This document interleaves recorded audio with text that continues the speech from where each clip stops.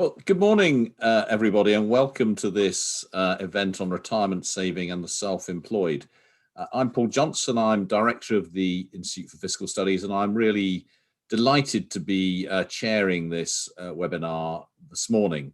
The background, of course, is that we know that there's been a serious decline in pension saving by the self-employed, and their lack of pension saving is a big policy issue at the moment. The DWP, the government, is looking at the lessons of the success of automatic enrolment for employees and seeing how that might be transferred to the self-employed, and is indeed, or has been before COVID, running a series of trials to see what might work. We at the IFS have been working fairly intensively on this area, and today we're publishing the results of two reports, one looking at how entitlements to state pension have evolved over time, and one looking at private pension savings and attitudes and what's happened within the self-employed group. Just a word of thanks to our funders, the Retirement Savings Consortium, members of which Rowena will mention when she talks, and the ESRC. With no further ado, let me introduce our three speakers. The first is Rowena Crawford, my colleague and an associate director at the IFS, who will present the results of the research. She'll speak for 15 minutes or so. We're then very pleased to have two respondents, Pete Searle, who is the director responsible for private pensions at the Department for Work and Pensions, and Alistair McQueen, who is head of pensions, head of savings and retirement, at Aviva. There'll be plenty of time for Q&A and discussion at the end, and you should all have links to the Slido app where you can put your questions, and I see that some people have already started to do that, so that's great. I'll stop there and I will hand over to Rowena, and you won't hear any more from me until after Rowena, Pete, and Alistair have finished speaking. Thank you very much, Paul. I'd like to start by reiterating our thanks to the IFS Retirement Savings Consortium, the members of whom are listed here, and the Economic and Social Research Council, who have funded these two pieces of work that I'll be drawing on today. So, as Paul said, we're here to talk about the retirement saving of the self-employed, which, as I guess you all know, given you've tuned in, is a really big policy issue at the moment. And I thought it'd be useful or interesting to start with a quote, which is that a disproportionate percentage of the self-employed appear in danger of inadequate pension income in retirement, which I guess you're all aware of. What might perhaps surprise you, this is not a recent quote, this is a quote from the Pensions Commission back in 2005. So this concern about the self-employed really isn't as new a phenomenon as you might have suspected.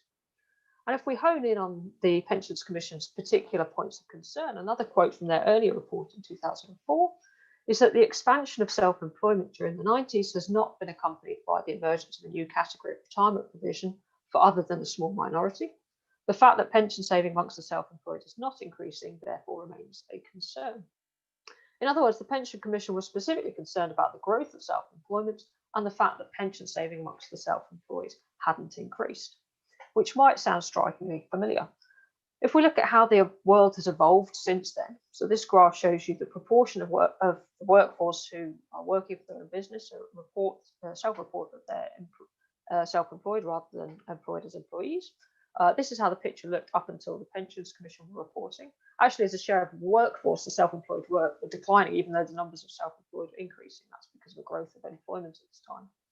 But since then, both the number and the proportion of the workforce that have been self-employed or that are self-employed has been increasing to over 15% of the workforce today. So that trend very much continued. If we look at private pension saving, the proportion of people saving the private pension amongst the working age self-employed, that actually declined a bit at the start of the 2000s. And after the Pension Commission, again, that trend very much continued. So we've had a sustained, quite dramatic decline over these 2 decades.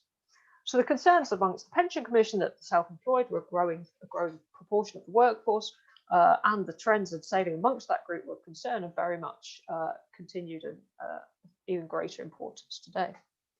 And if we look at how these private pension saving patterns compare to employees, all employees shown by the green line and private sector employees shown by the yellow line, you can see that back at the end of the 90s, self-employed and private sector employees were similarly likely to be in a private pension. But for both groups, that subsequently declined, but more quickly amongst the self-employed. So even by 2012, private sector employees were about 70% more likely to be in a private pension than the self-employed. And since the introduction of automatic enrolment, which has vastly increased pension membership amongst employees, but not amongst the self-employed, that gap has been massively amplified. And I think there's three important questions that come out of this trend. One is what's been driving this, what has moved the self-employed to a greater extent, even than employees, away from private pension saving. The second question is, does that matter? And there are reasons why it might not. And then if it does matter, what can industry or policymakers or others do about it? And what we've done in this research is try and answer some questions that feed into that picture. So one thing we've looked at in a lot of detail is trying to unpick the extent to which this decline in private pension saving amongst the self-employed is driven by changing characteristics of the self-employed population. So we've had this big increase in self-employed. Maybe new self-employed people are just a different beast to the people that used to be self-employed, and therefore that's driving the change in pension saving. So that's something that we dig into quite a lot.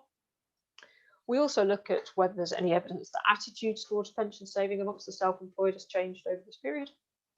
And we look at whether the self-employed might be increasingly saving for their retirement in other ways. Because if they're moving away from pension saving, but they're saving more in other assets, then maybe this picture is much less of a concern than it might look at first glance.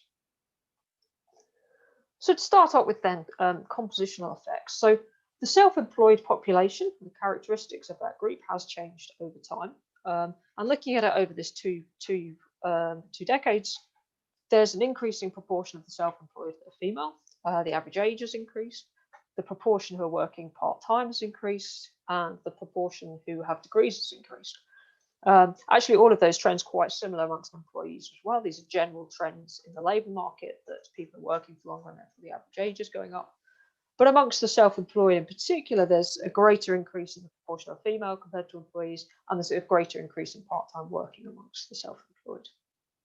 If we look at the average time people have spent in self-employment, perhaps surprisingly, that hasn't actually changed very much over the last 2 decades, which in a sense is surprising because we've had this influx of people. We've seen self-employment grow. We've seen a kind of influx of people into self-employment, but we've also got people that are staying in self-employment longer, so the outflow is lower. And that means that actually, as a whole, across the people in self-employment, there's not been so much change in the average time they've been self-employed for. Taking the 2 decades as a whole, there's actually been a decline in average real incomes over this period, which is quite surprising. And that's not a nice steady decline like in the pension saving. That's a result of average incomes increasing in real terms during the first decade up to the financial crisis, and then incomes really performing very, very badly, collapsing after the financial crisis and recovering very weakly, such that we've now got average incomes that are still lower than they were back in 1998. And that's quite surprising. Normally we like to think that average incomes are increasing in real terms over time. So the characteristics of the self-employed have changed, and it's easy to demonstrate that these characteristics are associated with pension saving. Different people in different circumstances, some of them are more, some of them are less likely to save in a private pension. And in particular, women are less likely to contribute than men historically. Part-time workers less likely to contribute than people working full-time. People on lower earners are particularly less likely to contribute than people on higher earners. Going against that, older people tend to be more likely to save in a pension. So what we want to say is, well, given we've got this change in characteristics and we know different people have different propensities to save in a pension, can this change in composition explain much of the decline in pension saving over this period?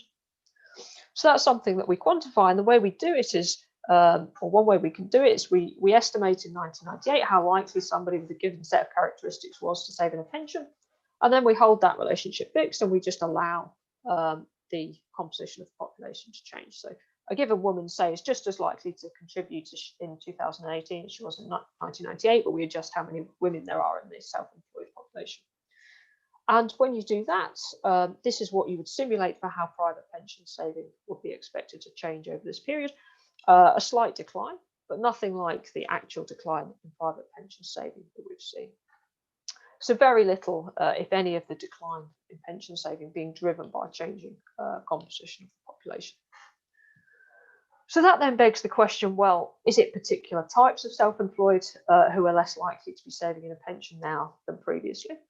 And when we look at this, actually, we find across the board, really, in terms of the observable characteristics of people that we can see, private pension saving or saving in a private pension has fallen amongst all of the groups. But it is more dramatic amongst some groups than others, and in particular, it seems to be greater amongst groups who were initially more likely to save in a pension. So men who in 1998 were more likely to be saving in a pension than women, they've had a bigger decline in the proportion who are saving in a private pension. Similarly, higher income people have had a bigger decline in pension saving, and longer term self-employed people as well. Just to show you those last two graphically, so here I've divided working age self-employed people into those earning more than £500 per week in real terms, 250 to 500 and so on. So roughly quartiles, I think, of the earnings distribution. And what you can see is that those higher earning self-employed people used to be much more likely, nearly 70% of them saving a pension in 1998, but that's fallen really quite dramatically to only around 1 in 4 by 2018. Now, obviously, earning over £500 a week is roughly £25,000 a year. So these are not necessarily well-off people as you would think of them in terms of the whole earnings distribution, but that puts them well into automatic enrolment territory, for example, if they were employees today. If we look at a similar picture, but splitting people according to how long they've been in self-employment, so 7 years is roughly halfway in the distribution. So about half of self-employed people have been self-employed longer than that and half less than that.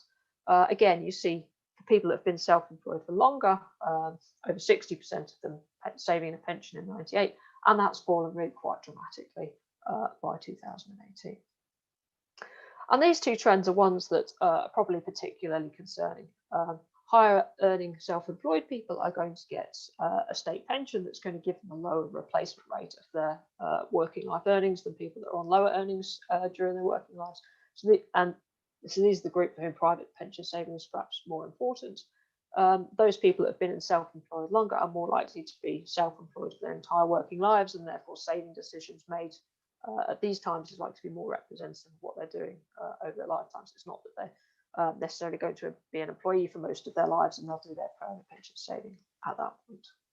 So I think these trends, particularly, I guess, reiterate the concern over the big picture trends that we're seeing. So what might be going on then? So one of the things we've looked at is whether attitudes towards pensions have changed. We can only do that for the latter decades. We're using data from the Office for National Statistics Wealth and Asset Survey, and that's been running since 2006. So we're only looking at the last decade here. But at least over that period, it's not obvious that attitudes have shifted against pension saving in any obvious way. So, for example, people who are not saving the pension are asked why they're not doing so. Affordability are the main sorts of reasons given. That's increasing over time, but that doesn't account for everything. One thing that's notable is that what you might think of as kind of negative attitudes towards pensions, so saying that you don't understand pensions enough to save for retirement, or you don't trust pension providers, those sorts of attitudes seem to be quite stable over time. There's also people are also asked which assets they think might be the safest ways to save for retirement, the ways to give them the best return. And again, there's no evidence really of people shifting away from pensions in terms of how they're thinking about the risk or return of those assets. And finally, it's worth noting that a declining proportion of the self-employed report that they expect to get any income in retirement from a private pension. So this trend isn't just evidence of people not saving in a particular year. It's also indicative that people aren't planning to save at all over their lifetimes in a private pension. So are the self-employed saving in other ways? Because that's one reason why perhaps a trend decline in pension saving might not be such a concern. Well, I think it's worth starting actually by making reference to the state pension system, which of course has got much more generous to the self-employed as a result of the introduction of the new state pension than the previous system was. But it's worth noting that this was only introduced in 2016. So unless some of these self-employed people had an amazing crystal ball and could foresee this policy coming, that's not really going to be explaining this decline that's been happening over the last 2 decades. In terms of other financial assets that might perhaps act as a substitute, if you look at the proportion of people who have savings accounts, ISAs, shares, the proportion of people with those assets is pretty flat, or if anything, some of these assets declining over time. It looks very similar to employees. It's much harder to say things about how much wealth they hold in these forms. The data that we do have runs, again, the last decade of this period. The self-employed hold slightly higher amounts in these assets than employees, but again, it doesn't look like it's rising over time. So it's not clear that financial assets are acting as a substitute. One way of showing that quite big picture here, I'm going to show you the proportion of people that are saving in either a pension, savings accounts, ISAs, or shares. So somebody that has any one or more of these things, and that's again still declining over time and more rapidly amongst the self-employed than amongst employees. What about housing? Well, housing is important to the self-employed. I think that's fairly well established. It's the asset in our work that we found is most commonly reported to be the safest way to save for retirement and the way that would make most of people's money amongst the self-employed population. If you look at holdings of housing wealth, own occupation rates are slightly higher amongst the self-employed than amongst employees, but that's been declining over time. Again, a general trend in the economy that higher house prices is making it harder, particularly for younger people, to get on the housing ladder. So own occupation rates are falling. Amongst those that do own, average values slightly higher amongst owners, amongst the self-employed than amongst employees, and increasing over time because of the increases in house prices. But there's no obvious difference in the trend between these two groups. It's not obvious that this would explain the faster decline in pension saving amongst the self-employed than amongst employees. So just to summarise very briefly what I've told you we found in our work, so the composition of the self-employed workforce has changed over time, but it doesn't look like that explains much, if any, of the decline in pension saving over this period. The decline in the proportion saving seems to be across the board. All groups saving less likely to be saving than they used to, but it's particularly dramatic amongst groups that used to be more likely to save. So men rather than women, higher income people in particular, and people who spend longer in self-employment. We found little evidence of a shift away from pensions in terms of people asset use, at least in the last decade. And again, little evidence of saving increasing elsewhere to compensate for less pension saving, although with the caveat that we don't have complete balance sheet information, so we've got limited data on the amounts that people held in these other forms. So where do we go from here? Well, I think it's important to stress that not all self-employed non-savers are a cause for concern. I think we'll reiterate that. Not all of these people are going to be lifetime self-employed. There's quite a churn in self-employment, and many of these people could save during the years they're employees. Also, many self-employed have low earnings. The average earnings of the self-employed is lower than for employees. And for these people, they might be quite adequately served by the new state pension, which is more generous to the self-employed than it used to be. But that said, the decline in pension saving that we've drilled down and seen amongst higher income and longer term self-employed looks to be much more of a concern, because as I said, these are the groups for whom you might think private pension saving is more important to smooth their living standards in retirement. So policymakers and industry are very right to be thinking about this and how to encourage saving amongst self-employed people.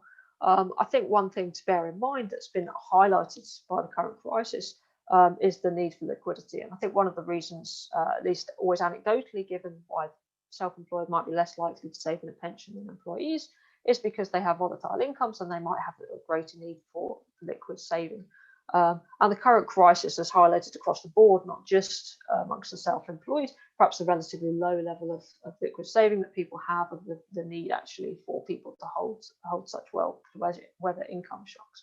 So I think any policy that's being developed or going forwards to encourage retirement saving of the self-employed needs to be as targeted as possible, both at the self-employed for whom it's most likely to benefit, who are going to be most reliant on having other income sources to smooth standards of living in retirement, but also amongst those for whom greater pension saving at the moment isn't going to be detrimental to liquid saving and their ability to weather current shocks in the short term as well. So that's all from me. I will attempt to smoothly hand over to Pete. Hi, folks.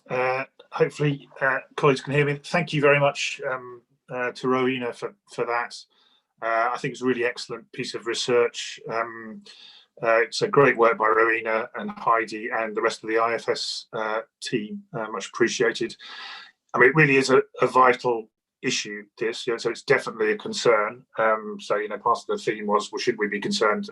Absolutely. From a social policy perspective, I believe we should be concerned. We've got something like 4.5–5 million people who are self-employed at the moment, and over time it will be much more than that, as the population's not static. So some people will move in and out of self-employment. So I think it's really crucial to understand through the sort of work that Rowena's talked about, but also think about how to address the undersaving that we're talking about here for retirement. I think the near final slide that Rowena showed is really important. That this isn't a homogeneous group. So for some, it may be that the basic state pension will give them what they need. It's right for them to look to lean on that in retirement more than other things, and it's potentially right that they should focus on, as Rowena said, on the more liquid savings they might need in the shorter term. But for others, definitely some sort of pension saving is something we want to strongly encourage. I think in a snappy sort of Sun headline type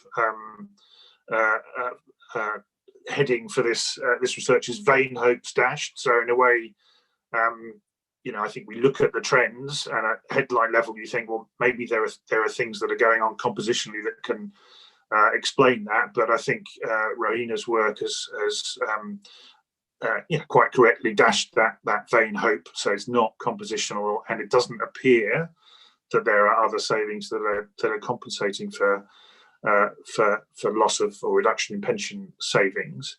I definitely think that further investigation is valuable. I think the IFS have got some proposals about what more we can do to understand what's going on. I mean, a couple of top of the head thoughts from me around things that might be worth looking at, either by the IFS or potentially by my own team or by others. One is around those flowing from self-employment into retirement, at age whatever it is, 60 or 65 or 70. Now, what can we see and find out about their incomes when they move into retirement? Albeit some of their working life would have been well before the sort of trends that we've been looking at, but some of it would have been within that period. So, what can we learn from looking at the incomes of those flowing into retirement from self-employment?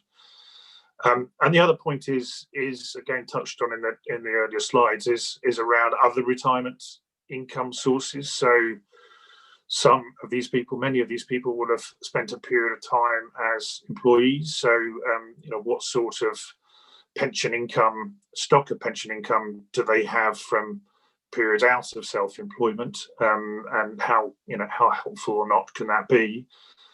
And the other is, the classic thing with the self-employed. Some, probably a minority, possibly a small minority, will be looking at selling a business that's got some value, and that they'll get some money from that in their retirement. Now, my colleagues might know more than me about what sort of proportion we can think would be in that situation.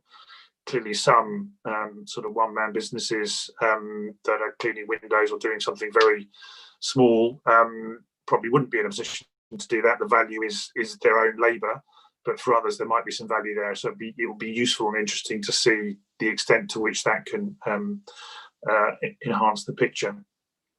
Just briefly on the work that we're doing in DWP, working very closely with Nest Insight, some really good work they've been doing. They published about a month ago some research that's focused on trialing different behavioural messaging for the self-employed around pension savings, to see what might basically grab people's attention. So what do they, what messages lead them to click on, and what messages make them more likely, different cohorts, different groups of self-employed people, more likely to actually do something, increase their savings, take some action when they've seen and heard the messages.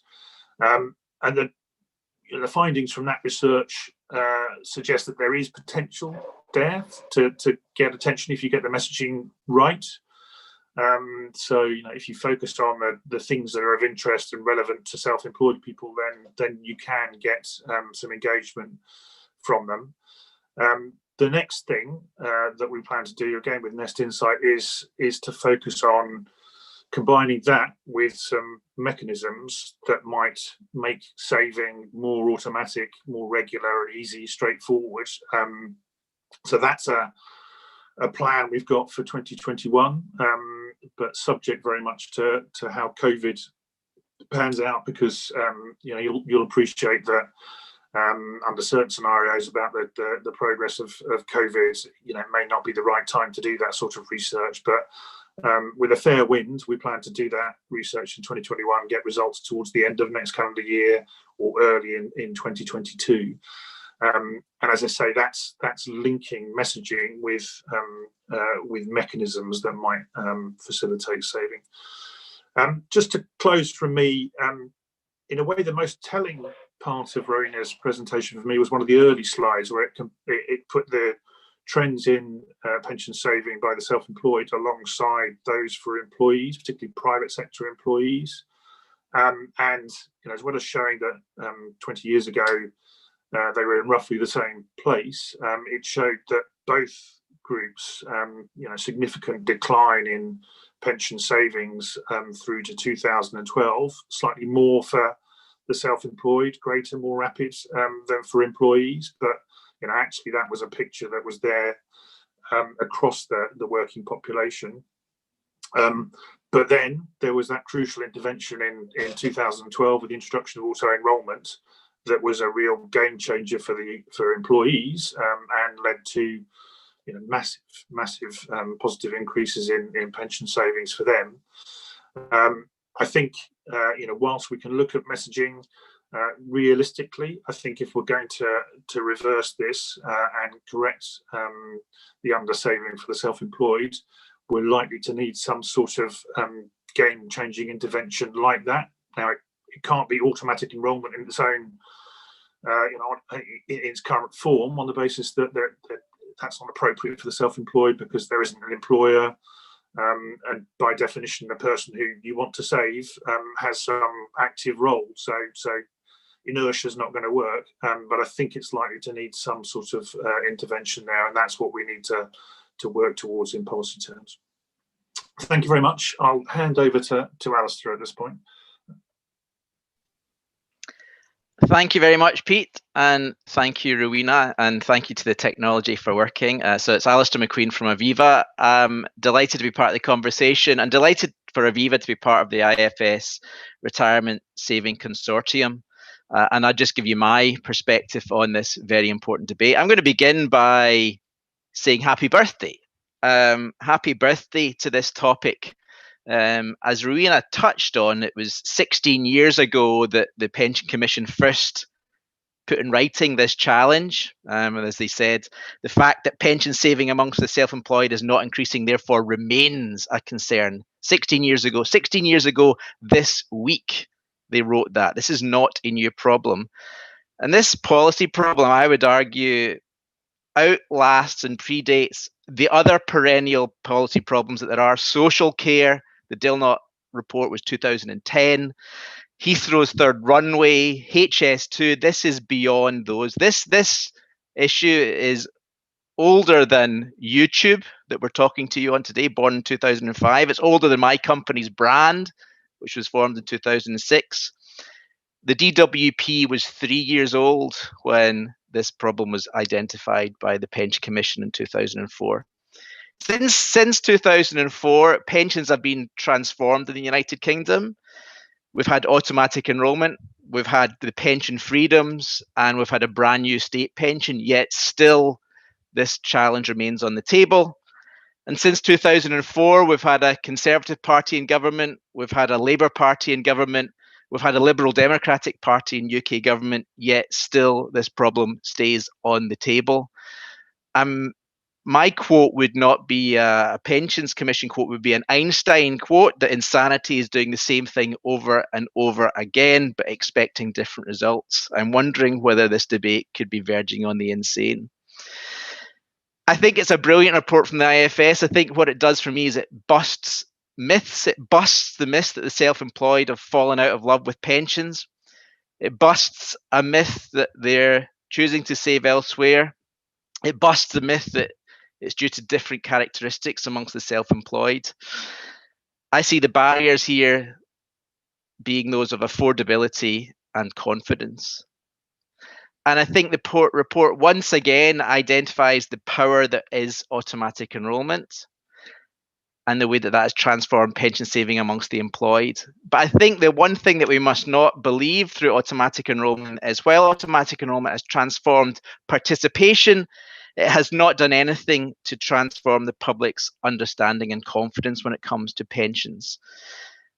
So yes, there's more people saving, but there are not more people in the employed population understanding. Therefore, why should there be more in the self-employed population understanding?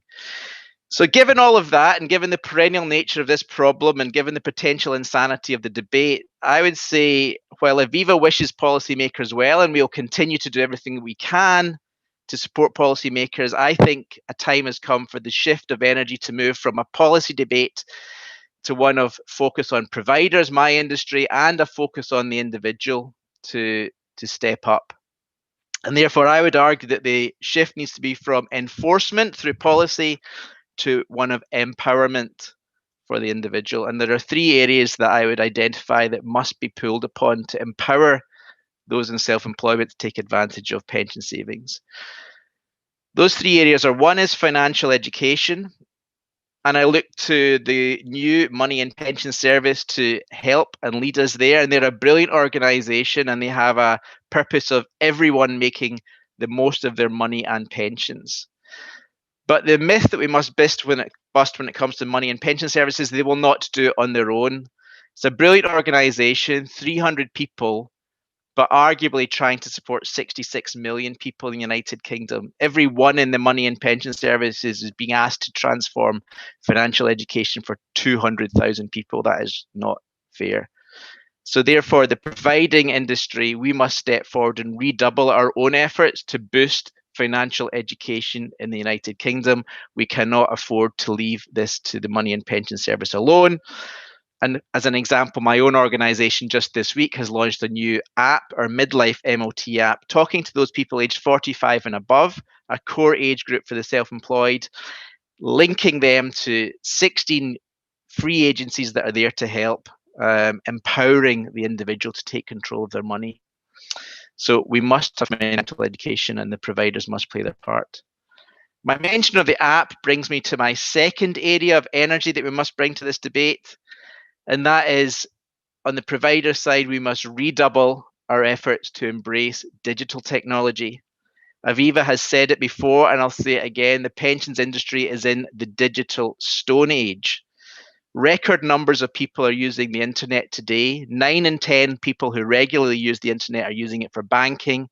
1 in 10 are using it to manage their pensions. We are missing a huge opportunity and a huge trick. I say opportunity because surely there's incentive for the pensions industry. 2004 is when arguably this debate hit the table. 2004 is also the year that Facebook was created. Since 2004, our debate has not shifted. Since 2004, Facebook has united 3,000 million people around the world and has a market value of $800 billion. There must be financial incentive for providers to redouble their effort and empower people through digital technology. Aviva is trying to do that with its own My Aviva app, uniting 5 million customers across the UK with their pension products. So first of all, financial education. Second, digital. Third, we must, as an industry, work with all who are interested to close the advice and guidance gap in the United Kingdom. There are millions of people flying blind towards retirement. not understanding what they should be doing and how they should be doing it, but they are also flying solo.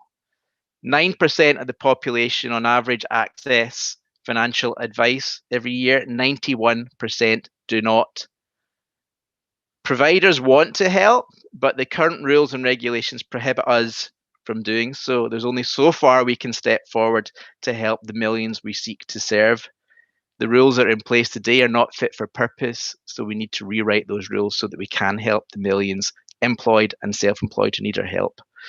So empowerment, not enforcement. Support money and pension service to boost financial education. Embrace digital and reap the reward. Close the financial advice and guidance gap. And I'll just close by some comments about COVID itself. We can't refer to anything without making reference to COVID. COVID is clearly a massive challenge for all, but there is some light in that dark, and that light I see relates to our subject matter of pensions. I've taken great reassurance from the government's continued commitment to pensions throughout this incredibly challenging time. Up to, 9 million people have been furloughed during this time, government paying their wages, but the government insisted that some of that furlough money must continue to go into an individual's pension through automatic enrolment. There must have been temptation for them to turn back on that commitment. They chose not to. The government has sent a very powerful and clear signal to all that pension savings matter. The other insight I take from COVID is that we're seeing an unprecedented spike in savings rates this year. Some of it through involuntary saving. We cannot spend money in the pub. We are not traveling to work. We are not going on holiday. But also some of it through voluntary saving. People are maybe battening down the hatches and looking at saving with more love than they have done in many, many years. And that surely gives us an opportunity to re-engage this population, and including the self-employed. So I'll close by saying COVID will bring many challenges, but one opportunity is for it to reignite the UK's love of saving. And from that, both the employed and the self-employed could benefit. So I'll close there. Well, thank you ever so much, Rowena, Pete, Alistair. Quite depressing, really, to chuck pensions and self-employed pensions into the same bucket as social care, HS2, and the third runway at Heathrow, but maybe not inappropriate. I hope we're not all mad, Alistair, banging on at the same thing.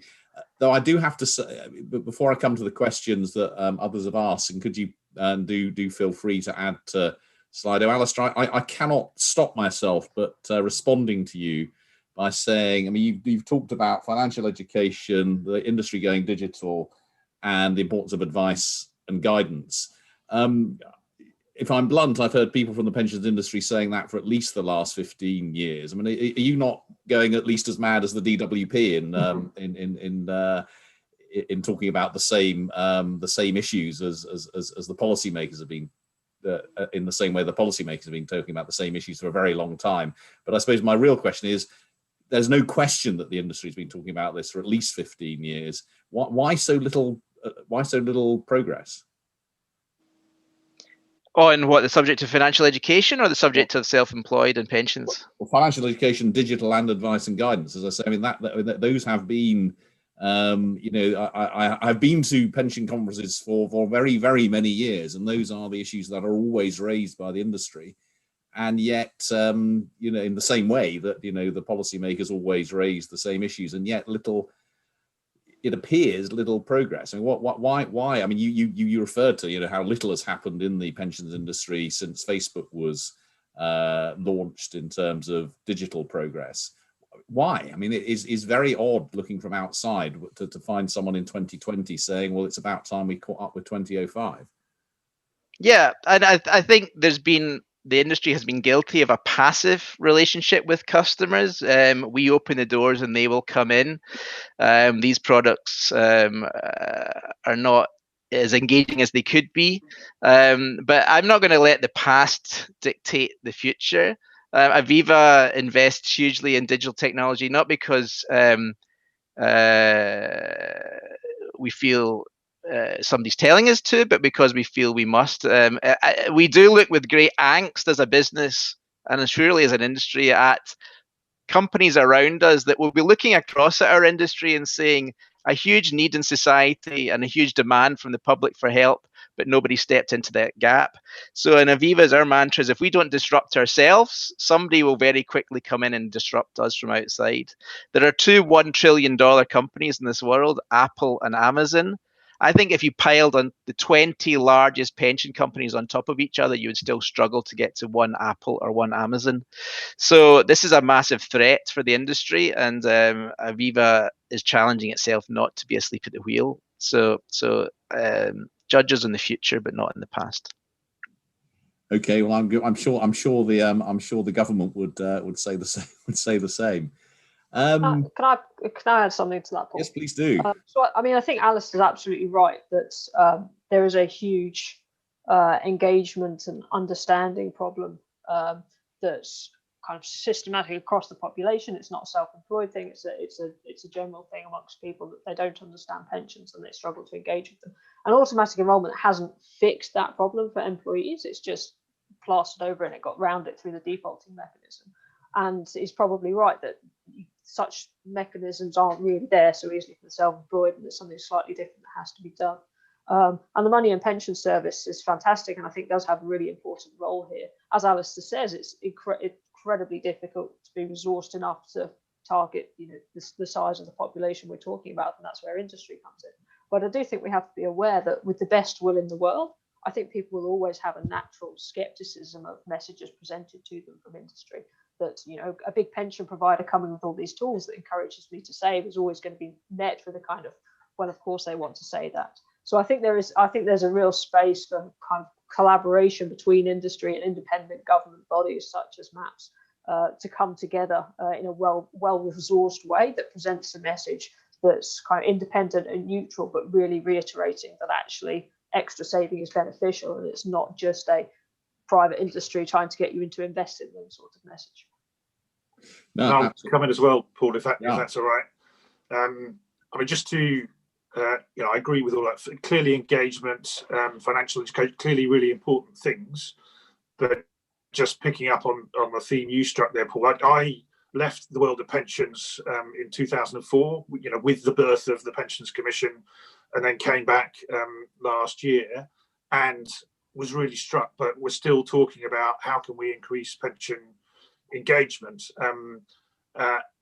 In my personal view, absolutely we need to keep trying to do that, and absolutely work around financial education is crucial, and we need to work in partnership with providers and others around it. But engagement on its own is not going to fix the problem. Education is not going to fix the problem. We need to do something more akin to auto enrolment if we really want to overturn this, and that's the sort of thing we need to think about. When we haven't got the solution yet, but I think we do need to work hard on that over the coming months and years. Yeah, I agree with all of that. I think in a sense that's why we ended up with auto enrolment, isn't it? Because all of the other mechanisms that were tried in terms of encouraging people to save simply didn't work for all of the reasons that all three of you have described. Let me go to the questions on Slido, and I'm very pleased that someone has asked the question that would have been the next one I would have wanted to ask. So I can essentially read it out. I think it's absolutely crucial to this debate about self-employed pensions, but also more generally. Which is essentially the question with effectively negative interest rates. Why would anyone save in a pension? Can I go to you first on that, Pete? Well, effectively, people want to look forward to a retirement and think about what sort of lifestyle they want in their retirement. So if you don't put money aside in some shape or form, then you're going to find yourself just relying on what the state gives you back in, when you come to your state pension age. The other point is tax relief. And I know, we're always talking about will tax relief be reformed, but, it is advantageous in tax terms to to save in a pension relative to some other forms of saving, maybe not an ISA, but other forms of saving. So, I think I think those two reasons are the crucial ones, personally.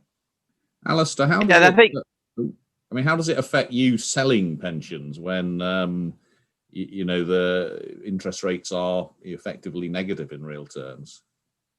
Yeah, well, the debate about negative interest rates or low interest rates is rarely one that gets raised in engagement with individual customers.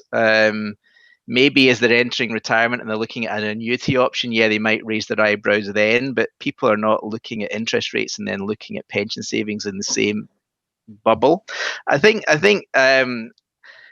if we just echo again the legendary pension commission, the hundreds of pages that were in that report, I always boil down to, at the end of the day, there are three options that an individual has when they are considering their retirement. They can either save more or they can work longer. And if they don't want to do either of those two, they can retire poorer. And I think increasingly people get that. And I think we can't shy away from that individual responsibility. We can surely support, and we will support, be it through empowerment, education, government policy, but we can't pretend there's a fourth secret bullet to that problem that individuals are facing. Save more or work longer or retire poorer. And for most people, that's about as sophisticated as a message as we need to give them before we get towards low interest rates or negative interest rates. And I guess you're exactly right about that choice. I guess it becomes even sharper with such low returns. Rowena, your thoughts on this? I mean, I don't have a huge amount to add over what Pete and Alistair said. Fundamentally, if you don't want to work until you die, you need to save some resources somehow. And there are reasons to do it in a pension versus some other assets. I guess particularly tax advantage. There's a bit of a commitment effect because you're putting it away. Low interest rates, economically speaking, would change the balance of how much you want to spend out of your income today versus save for retirement. You probably want to transfer less to the future if it's more expensive to do so. It might also change the timing of when you want to do that saving in your life. Maybe you want to do it later in working life rather than really early. But fundamentally, there's still a need to save unless you only want to live on the state pension in retirement. Do we know if there's any evidence that the self-employed are more likely to continue on working later into life? I mean, is there more of an attitude among them that actually continuing to work will be their method of funding their older age? Yeah, so certainly their reported expectations amongst working age self-employed people at the moment are that they will retire later than employees. I can't remember the difference, but it's of the order of a couple of years rather than decades. So certainly they expect to work longer, but not until death by any means, I don't think. There's a question here about whether obviously a lot of the self-employed are at different points in their life employees. I mean, is that part of what's going on here, that while maybe increasingly for the period of people's lives when they're self-employed, they're not saving, but actually they're building up reasonable pensions while they're employees?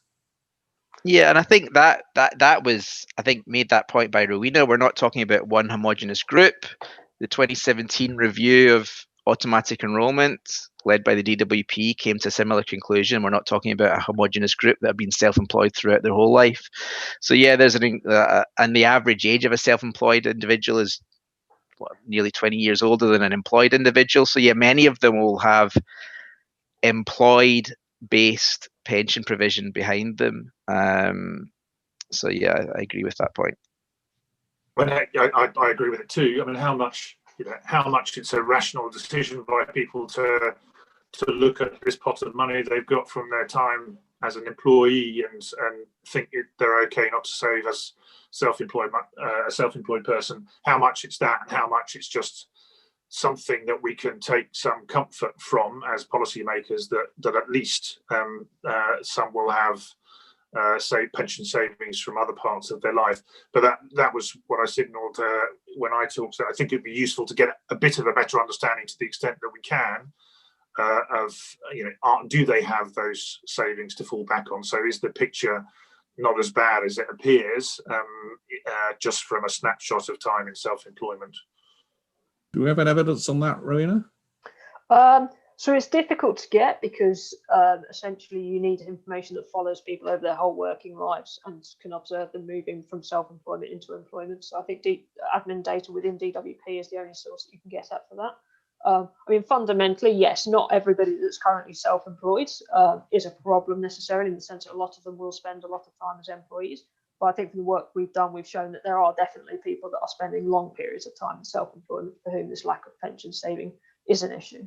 I think one interesting question going forwards is whether automatic enrolment can change the pension saving of people moving into self-employment, because it's changed their situation as employees. So if people are brought into pension saving as an employee through automatic enrolment and then they move into self-employment, is there any chance they continue with that pension, keep saving in that pension in a way where previously they wouldn't have had pension coverage? So that's one way perhaps automatic enrolment might trickle through into the self-employed.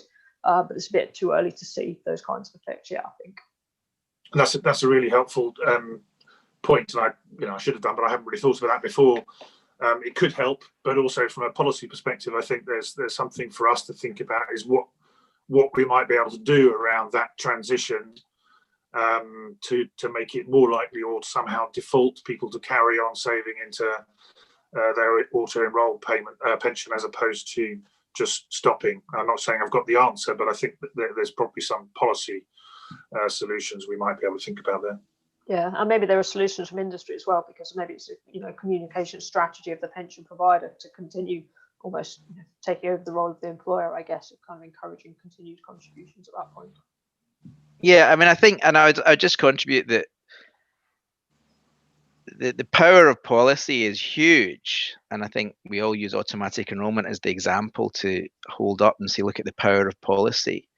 But my expectation of policy movement in this area in the coming 5 years is limited. Pete mentioned the reality and the immediate reality of COVID.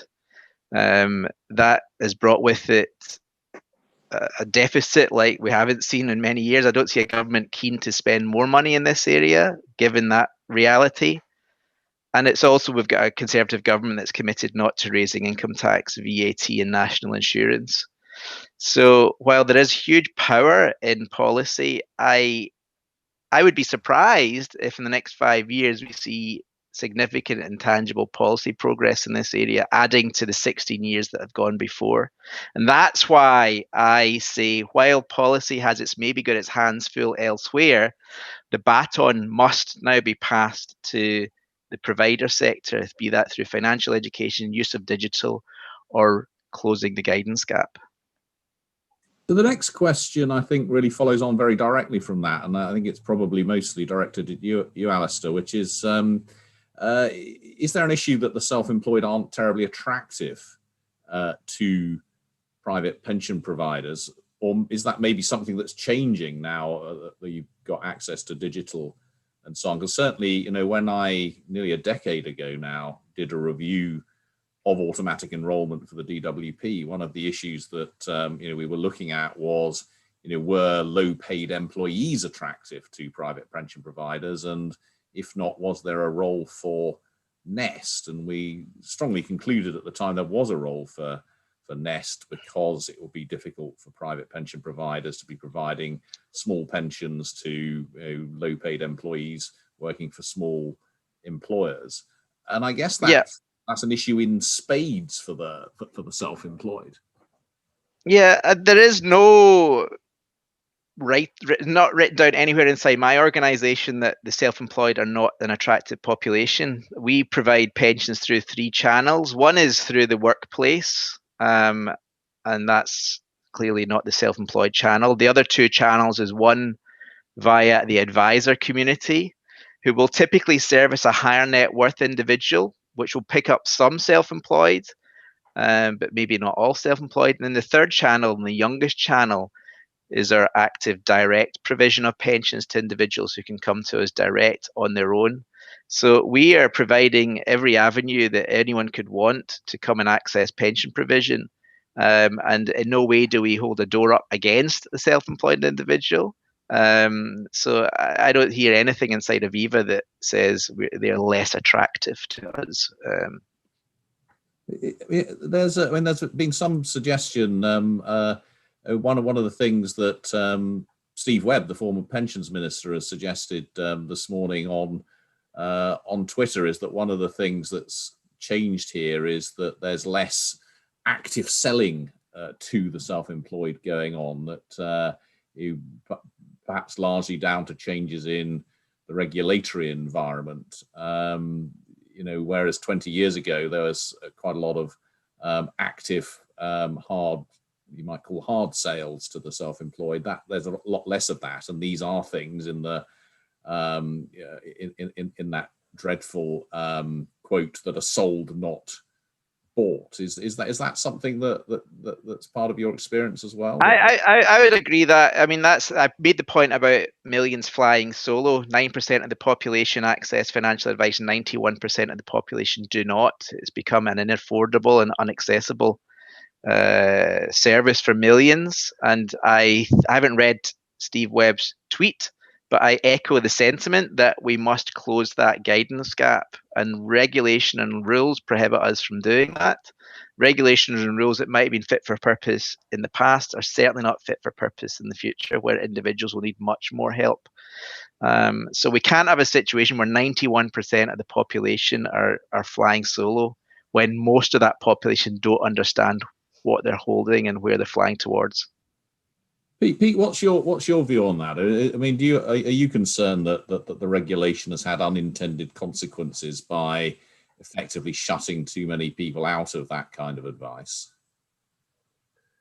What I'd certainly agree is that, I mean, flying solo is one way of describing it, but I certainly agree that there are people who are having to make big decisions, and they are doing it without real access to the sort of information, stroke guidance, stroke advice that ideally they would have, in part because of the cost of getting that advice. So I absolutely agree that that's an area that we should, within government, with the regulators, look at to see whether we can make any improvements to help people get the sort of support that they do need to make some of those big decisions. And I think as well around advisors, there's a degree of suspicion now. I mean, you talked about the sort of hard sell days, but some might see them as the hard miss sell days.